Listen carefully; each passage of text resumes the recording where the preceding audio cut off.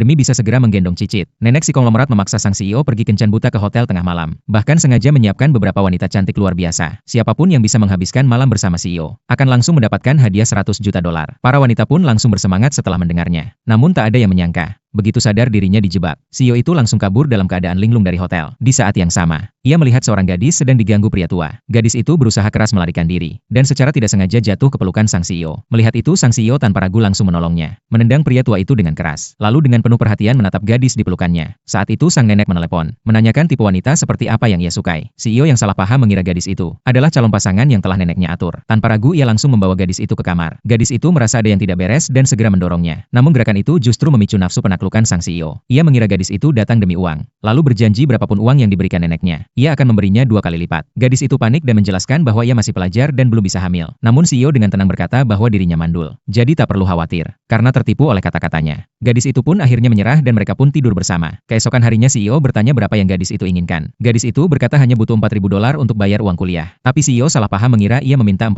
juta, dan langsung menuduhnya sebagai wanita mata duitan. Kemudian menyuruh asistennya transfer 1 miliar dolar, agar bisa memutuskan hubungan untuk selamanya. Namun sebulan kemudian, gadis itu didiagnosis hamil anak kembar 3. Teringat bahwa ia masih pelajar, ia pun memutuskan untuk menggugurkan kandungannya. Namun siapa sangka, nenek si konglomerat sudah lebih dulu tahu soal kehamilannya. Karena takut kehilangan Cicit, ia langsung memerintahkan semua rumah sakit menolak operasi si gadis, bahkan menerobos masuk ke kantor CEO, memaksa cucunya membawa gadis itu pulang. Namun CEO masih teringat permintaan gadis 40 juta dolar, dan menganggap gadis itu punya niat jahat. Ia pun menolak membawanya pulang. Di sisi lain si pria tua yang tahu gadis itu ingin menggugurkan kandungan, langsung marah besar, memaksa ibu tiri mengembalikan uangnya. Mendengar itu ibu tiri langsung naik pitam. Sementara itu gadis itu memandangi perutnya yang mulai membesar, dan akhirnya memutuskan untuk melahirkan anaknya. Tapi saat baru keluar dari rumah sakit, ia dihadang oleh orang tuanya. Mereka memakinya karena mempermalukan keluarga, bahkan menyuruhnya mengembalikan uang yang sudah diterima. Mereka memaksa gadis itu mencari ayah si anak untuk menuntut 800.000 dolar. Mendengar itu gadis itu benar-benar patah hati, menyadari bahwa di mata mereka, ia hanyalah barang dagangan. Lebih mengerikan lagi, mereka berencana memaksanya menggugurkan kandungan, lalu menjualnya ke pria lain untuk dapat uang. Gadis itu menangis dan berjuang keras untuk melawan. Ia memohon agar anaknya diselamatkan. Dalam keputusasaan ia mengeluarkan ponsel, dan mengirim pesan meminta bantuan kepada CEO. Saat itu CEO baru saja membaca pesan itu, sebelum sempat membalas. Asistennya buru-buru masuk ke kantor, dan melaporkan bahwa uang yang ia transfer ke gadis itu, hanya digunakan 4.000